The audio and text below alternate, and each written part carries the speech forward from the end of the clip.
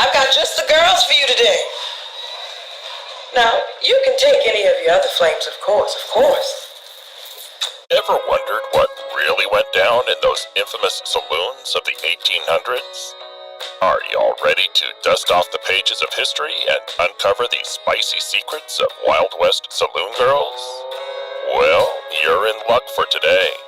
We'll explore the hidden tales of Wild West saloon girls, exposing the secrets and scandals that history tried to keep under wraps.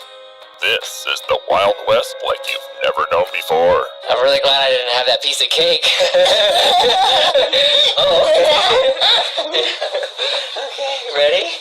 This is gonna be good. You're gonna like it. Okay, easy now. Number 20.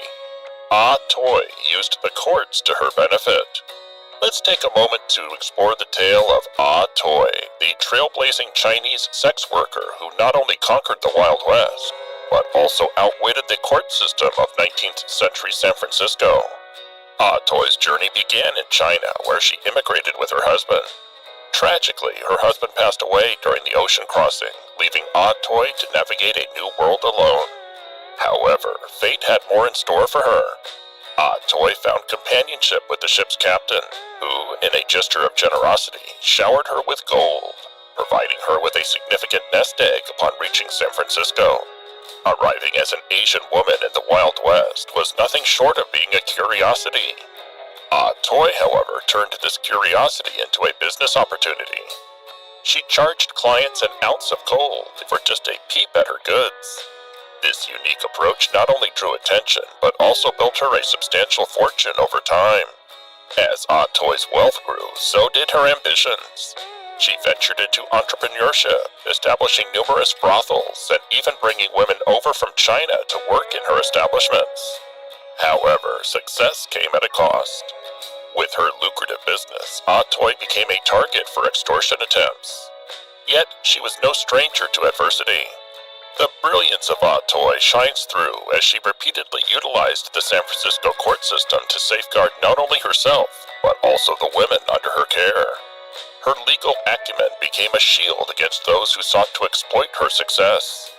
However, the tides turned against her in 1854, when a law prohibited Chinese Americans from seeking justice in the court system. That left Ah Toy vulnerable to harassment from both white Americans and rival Chinese businesspeople. Number 19. Fanny Porter entertained Butch Cassidy and the Sundance Kid at her brothel.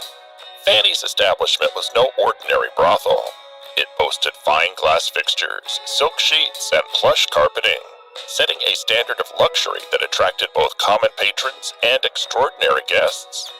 Among those guests were none other than the infamous Butch Cassidy and his Wild Bunch. Fanny's hospitality reached new heights as she welcomed the notorious bandits with chilled champagne and a level of refinement that was unparalleled. Despite her classy demeanor, Fanny was far from a pushover. In fact, she earned a reputation for her fierce independence and resilience. Legend has it that she wasn't afraid to take matters into her own hands, literally chasing law enforcers off her property with a broom, defending her livelihood and the secrecy of her clientele. Fanny's boarding house became more than just a brothel. It served as a multifaceted hub for both Butch Cassidy and his crew. It was a rest stop, a hideout, a rendezvous point, and even a headquarters for their infamous operations. The Sundance Kid, a key member of the Wild Bunch, supposedly crossed paths with his future girlfriend and partner in crime at a place while she was working under Fanny's roof. The last hurrah at Fanny's place became the stuff of legends. When the Wild Bunch decided to part ways, Fanny, true to her reputation, treated them like genuine VIPs. She orchestrated an elaborate going-away party, ensuring that the farewell to these notorious outlaws was as memorable as their stay. Number 18. Molly Johnson was a tabloid superstar. Molly owned a prominent brothel strategically located on one of the corner streets in Deadwood. Her life became a spectacle akin to the fascination we have with modern reality show stars. Molly's every move and eccentricity became the talk of the town, regularly making headlines in the Deadwood newspapers. One of Molly's favorite pastimes added to her allure. Picture this, Molly in all her audacious glory, renting a carriage and parading it up and down the camp, deliberately snubbing any lesser women she encountered. Her extravagant escapades were the talk of the town, elevating her status to that of a local celebrity.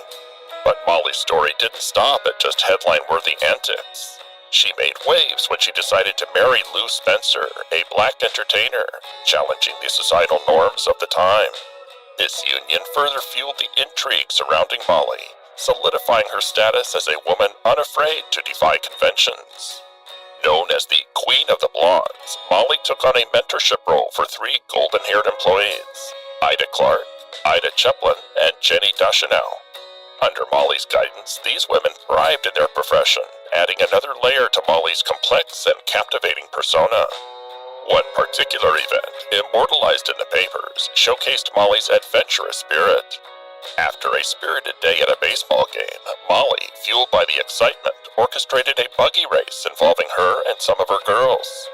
While none of the women were harmed, the buggies reportedly met a dramatic end, reduced to splinters in the exhilarating race. Number 17. Pearl DeVere charged her clients $250 a night. Pearl DeVere's establishment wasn't just a typical brothel, it was a gaming parlor that catered to the affluent gentlemen of Cripple Creek. In stark contrast to the norm, DeVere's girls enjoyed a level of prosperity uncommon in their profession. Regular medical exams, fine clothing, and generous paychecks were part of the perks of working under DeVere's roof. Much like Molly Johnson, DeVere was a woman who embraced the spotlight. She wasn't content with staying behind closed doors. Instead, she paraded around town in her carriage, each time adorned in a new, luxurious outfit. Her daily rounds became a spectacle, capturing the attention and admiration of the men she encountered. But DeVere's ambitions didn't stop there. She envisioned and brought to life the Old Homestead, an extravagant parlor that redefined decadence in the Wild West. Complete with fine furnishings, a crystal electric chandelier, and a telephone, luxuries considered rare during that period, the Old Homestead was a testament to DeVere's determination to cater exclusively to the elite. What set the Old Homestead apart was not just its lavish decor, but also its exclusivity. DeVere charged a staggering $250 a night for the pleasure of experiencing the epitome of Wild West luxury. In today's terms, that would be around $6,500, an extravagant price tag that only the wealthiest clientele could afford.